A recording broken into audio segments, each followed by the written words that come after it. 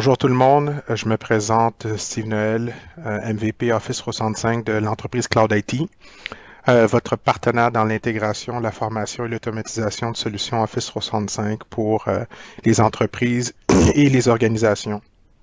Aujourd'hui, qu'est-ce qu'on va regarder? On va faire une petite introduction à la collaboration, le groupe Office, le véhicule des équipes de travail, et les différentes solutions de collaboration Office 365. Incluant des applications pratiques et je vais vous faire part des différentes ressources qui sont disponibles soit de Microsoft ou de Cloud IT pour être capable d'aller un petit peu plus loin dans votre cheminement de productivité. Alors, si on regarde durant les dernières années, on peut voir qu'il y a eu une très grande augmentation du travail collaboratif ou qu'est-ce qu'on peut appeler le travail d'équipe. Les employés font partie de 2 fois plus d'équipes qu'il y a déjà même 5 ans. Les organisations sont de plus en plus internationales et les équipes deviennent interdépartementales. Le temps que les employés allouent au travail de type collaboratif, soit les réunions, les appels téléphoniques, les courriels, ça a augmenté de plus de 50%. En somme, plus de 80% du temps d'un employé aujourd'hui est dédié à ce mode de travail. De plus, pour augmenter la collaboration à l'intérieur de l'organisation, il y a plusieurs caractéristiques qui sont différentes aujourd'hui avec la façon qu'on travaille.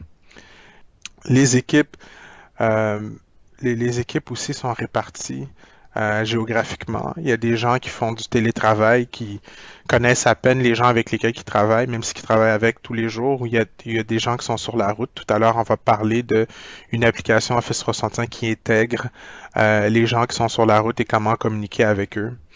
Et pour la première fois de l'histoire, il y a 4 générations différentes qui travaillent en même temps.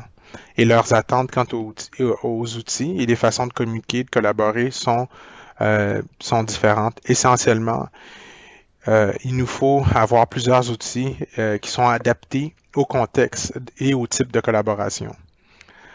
Qu'est-ce que moi je peux remarquer par rapport à ça? J'ai même vu une grille lorsqu'on est en train de préparer cette présentation-là qui montrait les différentes générations et les outils qui s'avéraient un petit peu plus populaires, tout dépendant des générations.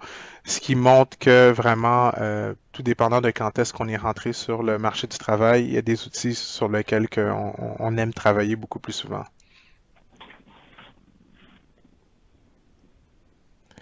Alors, euh, dans la majorité, si on regarde les différents groupes ayant différents besoins, dans la majorité des organisations aujourd'hui, il y a une multitude d'outils qui sont utilisés et certains même de façon clandestine. Communément appelé Shadow IT ou IT ou TI camouflé. Euh, Il y en a qu'on connaît très bien, soit le courriel, l'intranet, la vidéoconférence, mais il y a aussi des nouveaux types d'outils tels que le chat, les réseaux sociaux d'entreprise. Je peux penser même à des outils de partage de documents tels que Dropbox, les G Drive de ce monde.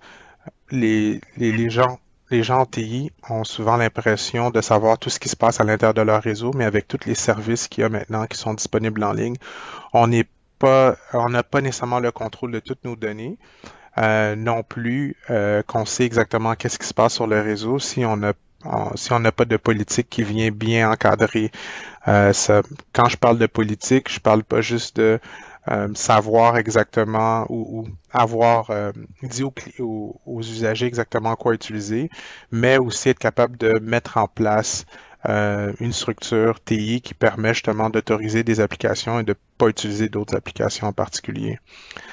La raison pourquoi il faut autant d'outils aujourd'hui de collaboration, c'est parce que chaque groupe est unique et ils ont leurs propres besoins fonctionnels et leurs façons de travailler qui sont très différentes.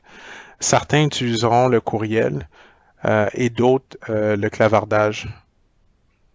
Alors, lorsqu'on regarde de par mon expérience à moi, au niveau du générationnel, on peut voir que les jeunes ont plus tendance à utiliser le chat. Si vous remarquez, les nouvelles générations, c'est beaucoup des conversations très rapides, le texto, les applications comme WhatsApp. Alors, à l'intérieur même de l'entreprise, je remarque que les interactions avec les gens qui sont plus jeunes se font beaucoup par clavardage. Puis si l'entreprise et le département TI est incapable de leur offrir une solution, ils se tournent vers des outils pour consommateurs qui sont souvent mal adaptés avec une expérience utilisateur douteuse. Plusieurs logins avec des limitations au niveau du partage et un manque de visibilité et de transparence organisationnelle. L'utilisation de ces outils clandestins apporte plusieurs problèmes car il est impossible pour l'entreprise d'assurer l'uniformité, la sécurité ou même d'y appliquer des politiques de conformité.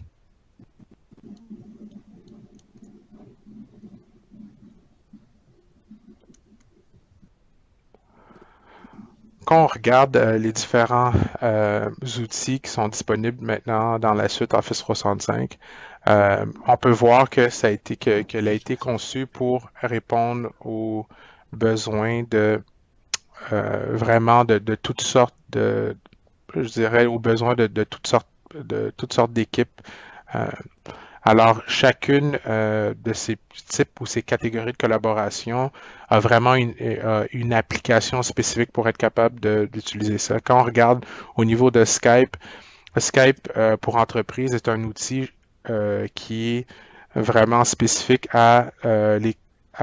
tout ce qui est instantané, conversation instantanée. Ça veut dire conférence en ligne avec la voix, vidéo.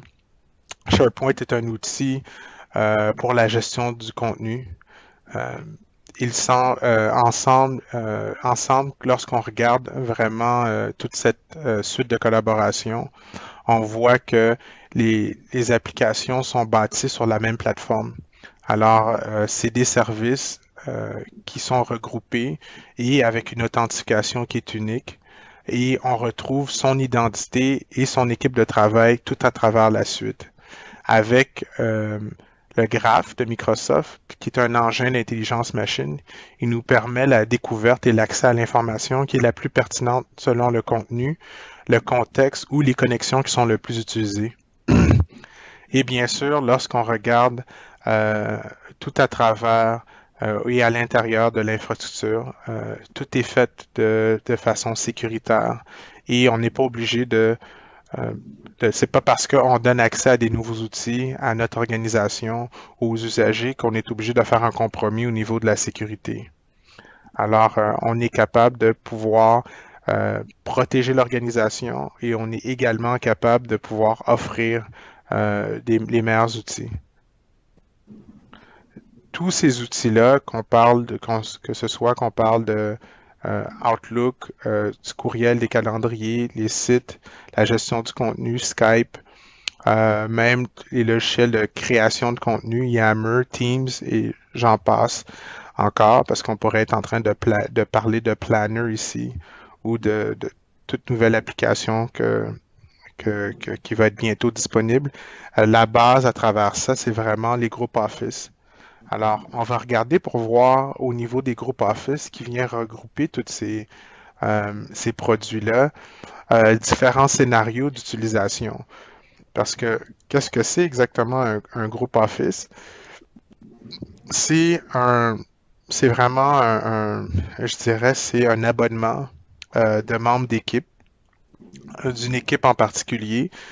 Et l'équipe, elle peut être bâtie pour être en mesure de travailler sur dans différents scénarios. Alors, une équipe ou un groupe Office peut être mise en place dans un contexte de projet. Alors, ici, qu'est-ce qu'on voit? C'est que pour un projet en particulier, ça pourrait être pour le développement d'un produit, euh, ça peut être pour un développement d'un produit, ça peut être aussi à l'intérieur même d'un département ou un groupe organisationnel, un département en particulier. lorsqu'on a un groupe et un regroupement des membres à ce niveau-là. Il y a aussi, ça peut être aussi un groupe d'intérêt.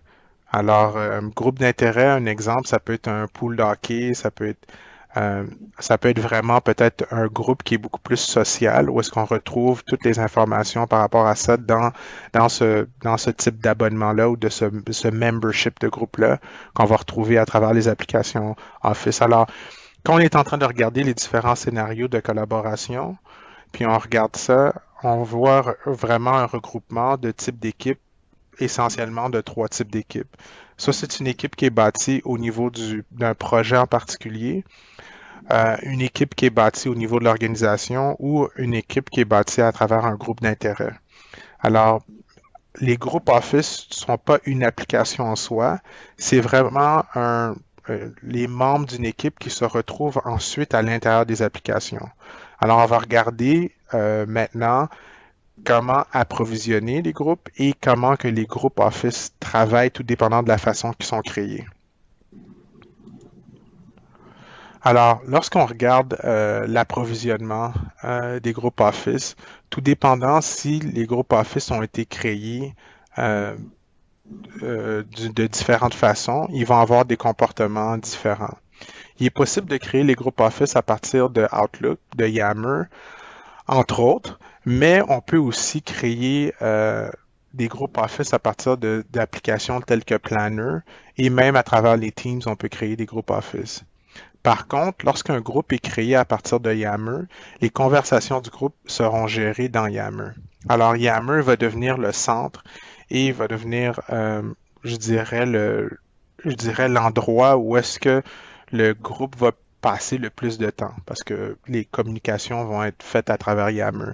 Si le groupe est créé à partir d'Outlook ou la console d'administration, en fait, la majorité des autres applications, lorsqu'ils sont utilisés pour créer des groupes Office, ils vont être créés de façon à ce que les usagers utilisent Outlook. Alors, maintenant, si on regarde ici, lorsque le groupe est créé à base d'Outlook, la méthode de communication privilégiée va être la boîte de courriel partagée. Alors, vous allez retrouver la majorité des communications vont être faites à l'intérieur même de Outlook. Ensuite, quand on regarde ça, les groupes sont disponibles, peu importe les applications qui sont utilisées. Vous allez voir une intégration des différents produits ou des groupes à l'intérieur des différents produits. Que ce soit qu'on soit en train de regarder SharePoint, qu'on soit en train de regarder OneNote, les tâches à l'intérieur de Planner ou Power BI. Si vous avez même des applications externes, on peut venir vraiment intégrer ça. Alors, le but de la présentation, c'est vraiment de vous montrer un petit peu le comportement d'une équipe à travers les différentes applications. Alors, ici, qu'est-ce qu'on va regarder aujourd'hui? C'est vraiment les scénarios d'utilisation des outils de collaboration Office 365 dans le contexte où est-ce qu'on regarde Outlook, on regarde les Teams, Yammer et StaffHub. Je vous demanderai si toutefois votre micro est ouvert présentement de fermer votre micro parce qu'on entend du bruit de fond. Alors, ou si toutefois j'ai mes collègues de juste s'assurer que tout le monde, à part moi, a le micro fermé. On va avoir l'opportunité d'ouvrir le micro à la fin de la présentation. Merci. Alors, c'est ça, comme j'étais en train de dire, au niveau des différents scénarios de collaboration et où les différents scénarios d'utilisation, c'est très important aujourd'hui de bien comprendre qu'on a une diversité au niveau des outils de communication. Quand on a commencé avec Office 365 il y a 6 ans, on avait essentiellement SharePoint et OneDrive puis Outlook comme outil de collaboration. Et même si on regarde un petit peu plus, on regarde jusqu'à tout récemment, la majorité des organisations, les outils qu'ils utilisaient pour collaborer le plus, c'était le courriel. Aujourd'hui, il y a une panoplie d'outils ce qui peut apporter de la confusion à quoi utiliser et comment les utiliser pour notre organisation. J'aimerais prendre le temps aujourd'hui pour démystifier un petit peu ça. Alors, au niveau du courriel et du calendrier, ça reste encore des outils qui sont essentiels à notre façon de travailler. Moi, je sais que la façon que j'aime beaucoup utiliser le courriel et le calendrier, c'est pour avoir des discussions qui sont quand même assez très formelles dans notre façon de travailler. Ça veut dire si il doit y avoir des suivis qui doivent être faits par rapport à ça, si j'ai besoin qu'il y ait des écrits qui sont très, je dirais, que je suis capable, qu'on soit en mesure de suivre, on a besoin d'envoyer des invitations. Je te dirais, c'est la façon la plus formelle, à part que d'envoyer euh, des, des- des écrits physiques, c'est vraiment d'utiliser le courriel puis le calendrier. Alors, dans les différents scénarios de collaboration qu'on regarde aujourd'hui, c'est vraiment de remplacer que la collaboration soit faite avec des boîtes partagées à la place des listes de distribution. Vous savez, quand c'est juste une liste de distribution, les courriels sont juste copiés aux autres usagers. Il n'y a pas de traces ou il n'y a pas d'endroit où est-ce que l'information est gardée. Alors, de garder une équipe aussi en, je dirais, une équipe engagée en termes de savoir exactement tout ce qui se passe, comment ça se passe. C'est pour ça que c'est important de pouvoir utiliser une boîte de courriel partagée et aussi quand on regarde au niveau des calendriers. En- j'ai pas rajouté Skype parce on avait juste un certain nombre de temps, puis je pense que les gens sont quand même assez familiers avec Skype pour entreprise. Et quand on regarde Teams, si vous êtes un petit peu familier avec l'outil, puis on va en parler un petit peu plus tard, c'est que Skype est complètement intégré à l'intérieur de Teams. Teams est, je dirais, plus fortement que beaucoup d'autres produits que j'ai eu la chance de travailler avec chez Microsoft. Teams est un outil qui est très intéressant parce que ça donne un environnement complet de collaboration. Alors, de la même façon que on est à travailler à l'intérieur d'Outlook parce qu'on a notre outil de productivité personnelle, je dirais que notre outil Teams va devenir, pour beaucoup de personnes qui travaillent, un espace de travail. Alors, je verrais bien Teams ouvert et Outlook ouvert sur vos écrans pour être en mesure de travailler puis de collaborer avec l'équipe en temps réel. Alors, Teams nous donne cet environnement de travail où est-ce qu'on est capable de partager et prendre des décisions de façon très rapide avec les membres de l'équipe et aussi de pouvoir accéder aux documents de l'équipe en temps réel. Alors, c'est vraiment une plateforme très dynamique pour travailler avec. Quand on regarde qu'est-ce qui est tout l'aspect social de l'organisation, puis de pouvoir diriger des communautés de pratique ou de faire du crowdsourcing. Au niveau du crowdsourcing, c'est très simple d'expliquer ça. C'est d'être capable d'avoir le point de vue du plus grand nombre de personnes que possible à l'intérieur d'une organisation et de pouvoir faire des changements et apporter des améliorations à des produits ou à des services. Dans différents domaines, c'est fait pour être capable d'arriver peut-être à avoir le pouls de l'organisation. Aussi, à l'intérieur de l'outil de Yammer, c'est bien sûr, c'est très intéressant de créer une culture organisationnelle de collaboration où est-ce qu'il y a un échange de l'information qui est fait fluide puis qui passe à travers les barrières de différents départements. Staff Hub, tout nouveau, je dirais qu'il est disponible depuis le début de l'année. Alors, pour plusieurs d'entre vous, vous avez vu ça dans votre portail dernièrement. C'est un outil de collaboration pour les employés qui sont mobiles. Alors, ça aide à faire de la gestion d'horaire. Tout à l'heure, on va regarder euh, très précisément qu'est-ce que ça fait, mais ça aide à faire de la gestion d'horaire, à être capable de communiquer avec des gens qui ne sont pas nécessairement devant des bureaux, mais qui ont besoin d'avoir accès à de l'information de l'organisation, sans être obligé de passer à travers trois, quatre outils.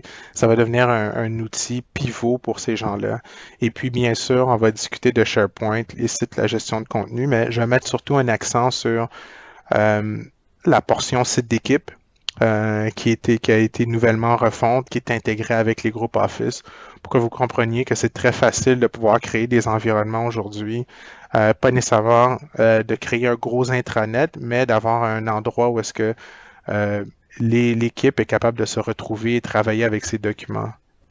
Alors, on va pas vraiment toucher très profondément à OneDrive, malgré qu'il y a quelques belles améliorations dedans. On va, je dirais, discuter de OneDrive par la bande par rapport au fait que les différents outils s'intègrent avec OneDrive. Alors, si on commence à regarder le premier outil, maintenant, on va jeter un coup d'œil à Outlook. Alors, puis les courriels, de travailler de façon beaucoup plus intelligente à travers Outlook. Alors, aujourd'hui, si vous avez pas, vous avez les nouvelles applications sur vos téléphones intelligents, puis si vous utilisez la version en ligne, et puis ça va s'en venir aussi à l'intérieur euh, à l'intérieur du client qui s'installe sur le poste de travail, vous avez une nouvelle vue. Anciennement, il y avait Clutter. À mon avis, Clutter va être appelé à disparaître. Il va avoir qu'est-ce qui s'appelle la boîte de réception ciblée. Alors, la boîte de réception ciblée vous donne les courriels les plus importants. Alors, si vous avez téléchargé l'application euh, Outlook sur votre téléphone iPhone ou sur votre téléphone Android, vous allez voir qu'il y a un gros usage de la façon que les courriels sont triés. Je dirais que l'algorithme est très intelligent. Alors, c'est vraiment beaucoup plus facile de pouvoir accéder à l'information importante très rapidement. Aussi, être capable d'intégrer et de partager des pièces jointes puis de les sauvegarder directement dans OneDrive.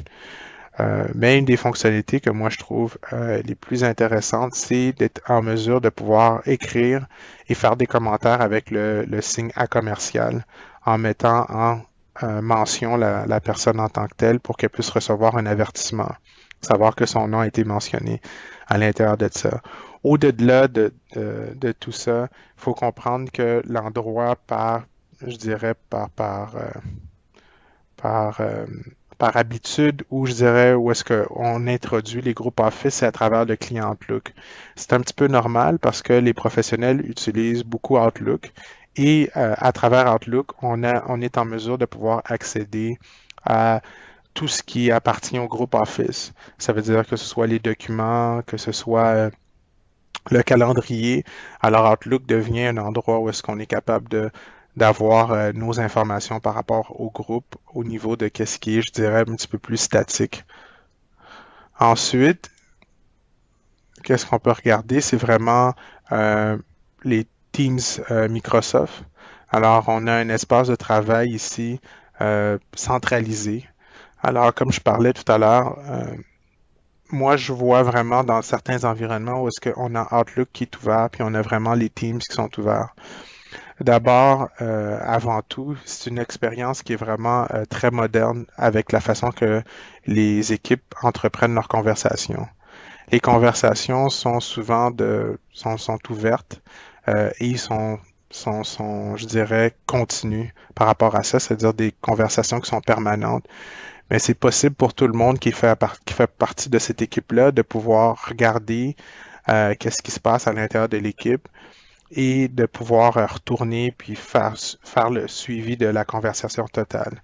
Mais à l'intérieur de ça, il est possible quand même d'avoir des discussions qui sont privées. Ça n'empêche pas que différentes personnes à l'intérieur de l'équipe peuvent décider de faire un sous-groupe et d'avoir des discussions entre eux sans que ce soit exposé à tout le monde à l'intérieur de l'équipe. Skype est profondément intégré à l'intérieur de ça, de façon très fluide. On est en mesure de pouvoir partir des conférences audio-vidéo, puis avoir une expérience qui est très personnelle aussi à l'intérieur de Teams. Ça veut dire que en utilisant des emojis, des autocollants, des GIFs, c'est possible pour les membres d'une équipe de pouvoir ajouter une touche personnelle à leur conversation. Alors, Teams regroupe toute l'étendue puis la profondeur d'Office 365 en offrant vraiment un véritable, je dirais, centre de travail pour l'équipe. Je dirais, souvent j'ai de la difficulté à traduire ce mot-là, mais vraiment un workspace. Alors vraiment un environnement complet où est-ce qu'on peut retrouver avoir accès à Word, Excel, PowerPoint, SharePoint, OneNote, Planner, Delve, Power BI, et j'en passe, parce que c'est possible d'intégrer des solutions tierces parties à notre environnement, de, euh, de Teams. Cette semaine, lorsque j'étais en train de faire une présentation, il y avait une entreprise ou une formation, une entreprise, on était en train de discuter comment on allait intégrer euh, les plans Trello à l'intérieur de Teams. Puis le client était très content de savoir on était capable à l'intérieur même de Teams euh, de rajouter un connecteur puis que ce soit transparent aux usagers comment travailler avec. Alors, encore une fois, étant donné que c'est intégré au graphe de Microsoft, on est vraiment capable d'aller chercher toute l'information nécessaire et euh, comme je mentionnais précédemment, non seulement qu'on est capable de rajouter des applications externes telles que Trello, mais il y a une extensibilité très, très enrichie à l'intérieur de Teams où est-ce qu'on est capable de avoir des dizaines d'applications, que ce soit être capable en tant qu'organisation de vente, d'être capable de regarder le fil Twitter de l'organisation à travers même Teams, qui est possible, ou pour une équipe de développement de pouvoir interfacer avec GitHub pour être capable de faire aller les projets de développement. Alors, puis finalement, il y a aussi le bot framework qui est pour être en mesure de pouvoir avoir des outils intelligents pour répondre à des questions ou pour enregistrer des notes. Si vous êtes familier un petit peu avec l'outil Slack, alors Microsoft vient intégrer certaines de ces composantes-là. En théorie, c'est très intéressant. Maintenant, pratiquement, on va montrer comment que ça peut être utilisé, Teams, à travers différentes équipes de travail. Alors, quand on regarde Teams ici, que ce soit au niveau des ventes, du marketing, de la gestion de projet, euh, l'ingénierie ou même au service à la clientèle, au niveau des ventes, être en mesure de pouvoir fermer ou de gagner des opportunités plus rapidement, de donner des réponses et des conseils aux clients plus rapides, ou peut-être avoir juste des conseils de ses collègues de travail. Être en mesure de pouvoir suivre les nouveaux produits, de savoir exactement qu'est-ce qui se passe chez nos compétiteurs, de créer une culture gagnante où est-ce qu'on est capable de partager ce que les clients nous disent, les bons coups, les coups qui sont moins bons, être capable aussi de tenir à jour et tenir à jour toute l'équipe et de savoir aussi savoir comment gérer les impondérables à ce niveau-là. Alors vraiment de travailler de façon très fluide et très rapide avec l'équipe de vente qui peut être rattachée même avec l'équipe projet. Au niveau du marketing, que ce soit au niveau de l'exécution des campagnes ou que les événements se fassent de façon euh, exceptionnel. Je peux penser que lorsqu'il y a des événements à grande étendue, comme que nous, on a eu l'occasion de faire dans le passé, des fois on a 10, 15 personnes sur le plancher, puis différentes personnes dans différentes salles, s'assurer que le service est bien rendu, que l'exécution de l'événement soit faite. Ayant un outil comme Teams, ben, il y a plusieurs personnes qui sont capables d'intervenir et de discuter en même temps et s'assurer que tout le monde est là. Si on a des gens qui sont sur la route et de savoir exactement qu'est-ce qui se passe au bureau, être capable aussi de créer une culture de créativité puis de partage d'informations ou d'avoir de l'inspiration ou les meilleures pratiques, ça peut être aussi géré à l'intérieur de l'environnement Teams. Au niveau de la gestion de projet, être capable de collaborer avec l'équipe d'ingénierie ou l'équipe de développement, des fois, puis tout à l'heure, comme je disais, les équipes sont beaucoup distribuées maintenant. Être capable être en mesure aussi de pouvoir régler des problèmes très rapidement, puis d'avoir qu'est-ce que qu'est-ce que moi je sais d'avoir de créer des war rooms, des endroits où est-ce qu'on est capable d'avoir un endroit virtuel où est-ce qu'on peut rassembler un très grand nombre d'intervenants, puis d'être capable d'escalader, puis de suivre le progrès d'une situation en particulier. quand on regarde au niveau de l'ingénierie, c'est être en mesure de développer une équipe qui est distribuée, qui est en constante communication, puis d'avoir un environnement très collaboratif dans l'organisation. Au niveau du support à la clientèle, que ce soit être en mesure de pouvoir partager de l'information rapidement. Lorsque j'étais cette semaine, c'était dans le milieu de la santé que j'étais en train de donner la formation. Ils voulaient utiliser le contexte de Teams lorsque, par exemple, un rendez-vous devait être pris pour une spécialité en particulier, puis ils voulaient savoir avoir l'information du docteur en particulier, que la réception et les docteurs qui travaillaient avec les clients pour être en mesure de savoir combien de temps qu'un rendez-vous va prendre, quel type de rendez-vous qu'il faut prendre pour ce client-là. Alors, être capable de vraiment apporter beaucoup plus de fluidité à l'intérieur de l'équipe de travail. Ensuite, si on regarde Yammer, c'est vraiment un de mes outils favoris au niveau de créer des discussions ouvertes à l'intérieur d'une organisation. Lorsqu'on regarde Teams, Teams, c'est vraiment pour des équipes qui sont tricotées serrées. Yammer, ça peut vraiment, je sais que j'avais eu des discussions avec Ernst Young, la firme de comptabilité, où est-ce que c'était déployé pour des entités et des groupes, où est-ce qu'il pouvait y avoir jusqu'à 1500 personnes à l'intérieur d'un groupe en particulier. Alors, être en mesure de pouvoir faire grandir la connaissance collective ou de pouvoir partager de l'information. Le crowdsourcing, très important encore, j'en ai parlé. Être capable d'être en mesure d'aller chercher le pouls des gens par rapport à des nouvelles initiatives et de garder de la connaissance de l'organisation, le cerveau collectif de l'entreprise. Il y a tout le côté engagement. Je sais que j'en ai peut-être pas parlé autant parce que je trouve que c'est évident qu'au niveau culture, au niveau social, c'est une plateforme qui est très intéressante pour garder les gens, je veux dire, pour être capable de faire prévaloir la culture de l'organisation, de tout ce qui est le côté, je sais pas, remerciement, toutes ces choses-là. C'est une plateforme qui se prête très bien pour pouvoir faire ça, puis qui favorise vraiment des discussions ouvertes à travers l'organisation.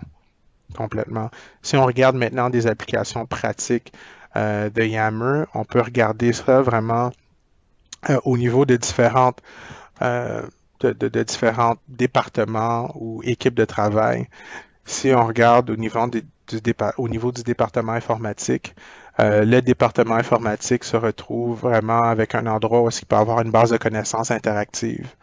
Garder aussi des communications avec les employés pour les tenir au courant, par exemple, lorsqu'il y a une migration, s'il y a le déploiement de nouvelles fonctionnalités au niveau du parc informatique. Alors, être capable d'avoir cette discussion-là, ou tenir les gens au courant de qu'est-ce qui se passe dans l'environnement, puis aussi permettre au département informatique souvent de pouvoir se partager les nouveautés sur la technologie. Moi, je sais qu'à l'intérieur, à l'interne chez Cloud IT, lorsqu'il y a des nouveautés, il y a des changements sur Office 365, par exemple, une des façons que j'ai appris que Office 2007 n'est plus être supporté, ou par exemple Exchange hybride 2010 ne va plus vraiment fonctionner, puis il faut le remplacer. C'est à travers l'équipe qui est en train d'avoir des échanges par rapport à ça, des articles qui ont été partagés. Mais au-delà de ça, bon, j'ai parlé du côté culturel. Souvent, c'est là où est-ce que anciennement des informations qui étaient envoyées par courriel, tout le côté social et du département était fait vraiment par courriel. Maintenant, c'est fait dans une plateforme qui est beaucoup plus appropriée. Je peux penser aussi si on regarde au niveau de la direction, être capable de réduire le nombre de courriels puis d'avoir des communications beaucoup plus fluides entre les employés puis la direction.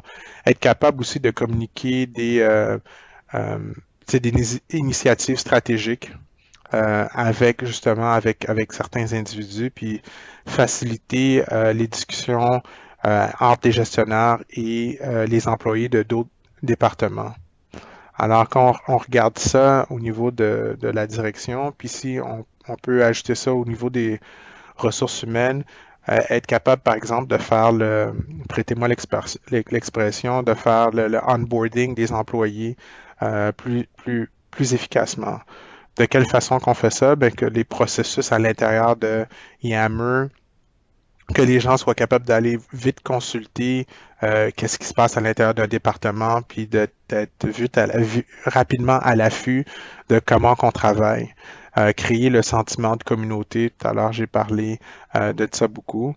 Puis si je peux rajouter une touche au niveau du service à la clientèle par rapport aux clients, c'est-à-dire être capable de réduire les appels de service répétitifs, lorsqu'on est à l'intérieur d'une organisation, améliorer le temps de réponse par rapport aux incidents ou même contacter les experts, les spécialistes de produits pour de l'information plus spécifique.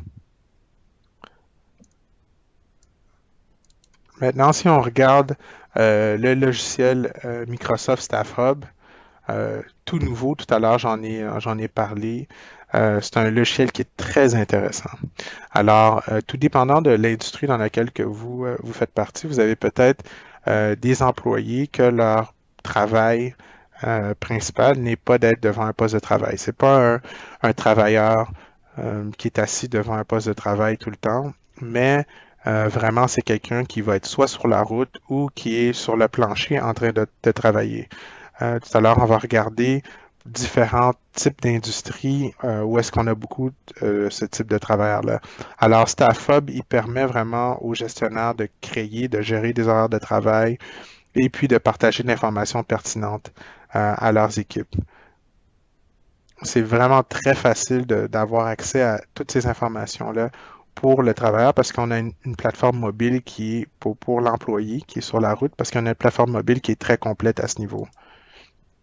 Alors, quand on regarde les différents types d'industries, où est-ce que ça peut, où est-ce que ça, je dirais, où est-ce qu'on peut avoir ça, que ce soit au niveau de la vente au détail, surtout, que ce soit caissier, associé de vente, tout le monde qui travaille dans le département, au niveau manufacturier, quand on a des gens qui sont sur des euh, manufacturiers ou construction, là, euh, construction, je dirais plutôt manufacturier, commis d'entrepôt, technicien de service, entretien, euh, l'hospitalité, c'est-à-dire tous les gens qui vont travailler dans un hôtel ou dans la restauration. Le gouvernement aussi, les gens qui sont à l'extérieur, qui ont des emplois saisonniers. Au niveau de la construction, tous ceux qui sont sur la route. Puis au niveau du transport, j'avais une conversation très intéressante avec un de nos clients qui a une compagnie de transport où est-ce que j'étais en train de discuter. Une des problématiques qu'ils ont, c'est ils ont ils ont un logiciel qui font la répartition, mais ils n'ont pas nécessairement de façon de communiquer avec les chauffeurs pour leur dire le premier rendez-vous qu'ils vont avoir dans la matinée, qu'est-ce que ça va être, exactement où est-ce qu'ils vont être, et puis quel type d'horaire que cette personne-là va avoir. Une fois que c'est parti, puis que les gens sont sur la route, c'est facile d'utiliser l'application de dispatch ou de répartition pour pouvoir faire ça. Mais lorsqu'ils sont en train de faire la planification, la soirée avant ou l'après-midi avant, souvent il y a beaucoup de choses qui changent parce que bon, il y a des appels de clients, puis il y a des cueillettes ou des livraisons qui sont expéditives. Alors être capable de communiquer cette information-là devient excessivement intéressant dans le domaine du transport. Si on regarde qu'est-ce que ça nous permet de faire, euh, Staff Hub. En réalité, tu as tout ce qui est la gestion des horaires, être capable de créer, mettre à jour, publier facilement l'horaire de l'équipe. Les travailleurs, eux, sont en mesure de pouvoir traiter, de pouvoir accéder à l'information à partir de leur téléphone intelligent, faire des demandes de congés, échanger leur horaire avec des collègues. Les gestionnaires, ils sont aussi capables de pouvoir mettre à jour le calendrier, ajouter des annonces qui viennent de l'entreprise, être capable de pouvoir communiquer directement avec un employé en chat.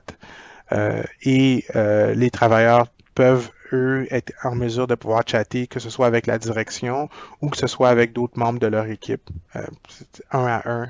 vraiment. Et au niveau du partage de contenu, c'est possible de pouvoir partager des documents qui sont essentiels au travail, que ce soit des formulaires ou des manuels de formation, de partager cette information-là. Et bien sûr, les travailleurs sont en mesure de pouvoir consommer cette information-là.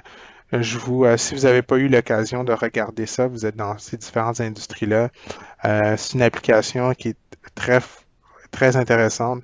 À ma connaissance aujourd'hui, je ne sais pas s'il y a vraiment d'intégration avec les groupes Office. On est en train de, j'ai eu une question par rapport à ça cette semaine. Alors, c'est quelque chose qu'on est en train de regarder, mais je pense qu'il y a vraiment beaucoup, beaucoup de potentiel avec les gens avec qui on travaille, les différents clients qui se retrouvent dans ces secteurs d'activité-là sont très excités à l'idée de pouvoir utiliser Staff Hub. Maintenant, si on regarde, quand je prends la conversation de SharePoint, surtout je voulais parler des nouveaux sites d'équipe modernes. Alors, tu sais, on voit vraiment une facilité au niveau de la navigation et qu'on est capable aujourd'hui qu'on est capable aujourd'hui avec l'application SharePoint Mobile. Si vous n'avez pas eu l'occasion encore de la télécharger, elle est disponible sur les plateformes, les différentes plateformes de téléphone intelligent, soit Android, iOS et puis Windows aussi. C'est d'avoir notre nouveau site d'équipe moderne dans la paume de notre main et de pouvoir accéder à l'information directement à partir du téléphone intelligent. C'est fini les jours où est-ce qu'on devait accéder à SharePoint à travers un site responsive, puis c'était le même site SharePoint. Il y a vraiment une application aujourd'hui qui est dédiée à ce niveau-là. Alors, on a vraiment un endroit où est-ce que l'équipe, tout à l'heure, on est en train de parler de qu'est-ce que ça comprenait ou toutes les applications qui interfaçaient avec les groupes Office. Maintenant, il y a vraiment un site d'équipe qui est SharePoint qui est associé à ça. Alors, il y a vraiment une nouvelle expérience web et mobile.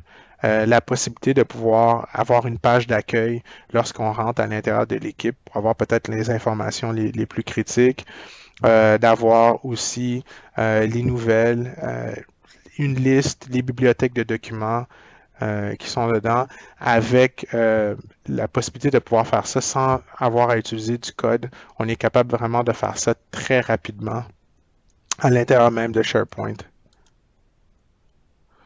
Alors, si on regarde un petit peu, tout d'abord, il y a c'est la possibilité de pouvoir regarder toutes les activités récentes et savoir exactement qu'est-ce qui se passe à l'intérieur même à l'intérieur du site lui-même.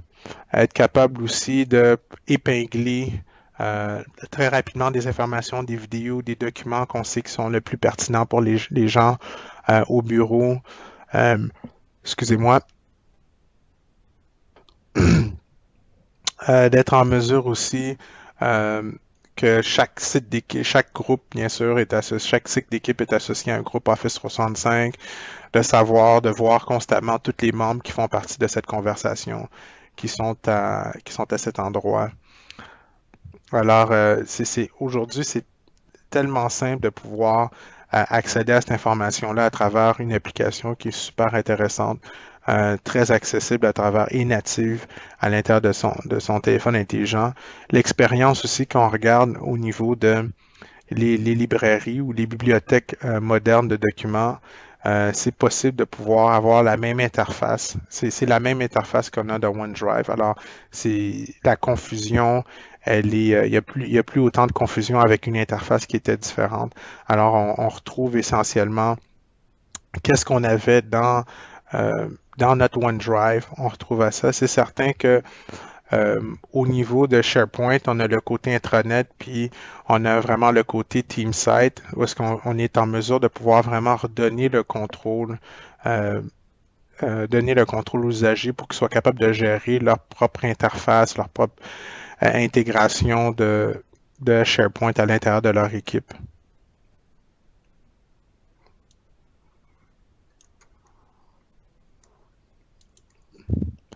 Quand on regarde aussi, on a accès, c'est facile aussi de pouvoir partager des documents, faire des liens faciles de la même façon que c'est à l'intérieur de OneDrive. Si vous êtes très familier avec OneDrive, vous allez voir aussi toute la portion métadonnées a été repensée. Si vous avez l'habitude un petit peu de travailler avec ça, maintenant vous êtes capable d'appliquer des métadonnées sur des documents simplement en faisant du drag and drop et puis en rajoutant directement aussi des métadonnées.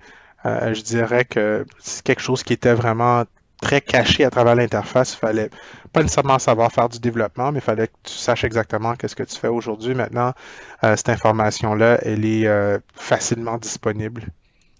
L'outil de recherche, encore une fois, excessivement puissant. C'est quelque chose que moi, je dirais que j'utilise presque de façon quotidienne lorsqu'on recherche de l'information dedans. Alors, tu as tout le côté indexation, puis cette nouvelle façon de travailler à l'intérieur des groupes Office. Que ce soit qu'on soit en train de regarder Staff Hub, qu'on soit en train de regarder Yammer, qu'on soit en train de regarder les Teams, on voit que c'est vraiment un environnement collaboratif qui est en pleine expansion à l'intérieur même de Office 365.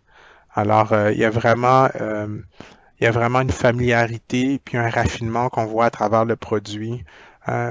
Beaucoup de choses aujourd'hui, on n'a pas eu l'occasion, on n'a pas parlé de Planner en tant que tel, qui est l'outil dans lequel on sert pour pouvoir faire la planification. Si vous voulez avoir un petit peu plus d'informations sur Planner, on a une vidéo sur notre site web dans la section des blogs sur Planner pour savoir exactement Planner qui est l'outil de planification d'équipe qui monte un petit peu, qui démonte ça. Si vous avez des questions par rapport à ça, on a cette information-là. Alors, en ce qui a trait de Cloud IT, bien sûr, très facile de pouvoir, je dirais, de pouvoir mettre à la disposition de vos usagers tous ces outils-là parce que il suffit de les activer, il suffit de leur donner les droits, puis des fois même c'est déjà engagé. Mais si vous avez besoin d'encadrement pour savoir un petit peu plus profondément, c'est certain que à l'intérieur du temps qu'on a aujourd'hui, c'est de faire un survol puis de bien comprendre qu'est-ce que ces outils nous donnent comme fonctionnalité, mais on a aussi des formations, des ateliers, puis qu'est-ce que nous on appelle des services de transformation, de productivité d'équipe, qui permettent de pouvoir, de pouvoir adopter les technologies selon les objectifs puis les processus internes que vous avez. J'aimerais profiter aussi pour vous inviter à notre prochain événement. On a juste un certain nombre de places. C'est très limité, mais on avait une conférence où est-ce qu'on avait décidé de faire une démonstration des systèmes de salles d'équipe, de salles Skype. Alors, une expérience immersive. On va avoir un conférencier de Microsoft qui va nous montrer vraiment comment travailler dans un environnement où est-ce que on a une surface, je dirais l'écran surface, avec toute l'intégration Skype dans une salle de conférence, puis vraiment être capable être capable de voir tous les différents produits Microsoft dans un environnement de salle de conférence. On a juste une quinzaine de places disponibles. Alors, si c'est quelque chose qui vous intéresse, je vous invite à vous inscrire très rapidement. Ensuite, si on regarde les ressources qui sont disponibles, je vous encourage toujours d'aller consulter notre blog au www.cloudacademy.ca. On a des nouveaux articles à chaque semaine qui parlent des nouveautés d'Office 365 ou des produits ou des problématiques qu'on remarque chez nos clients.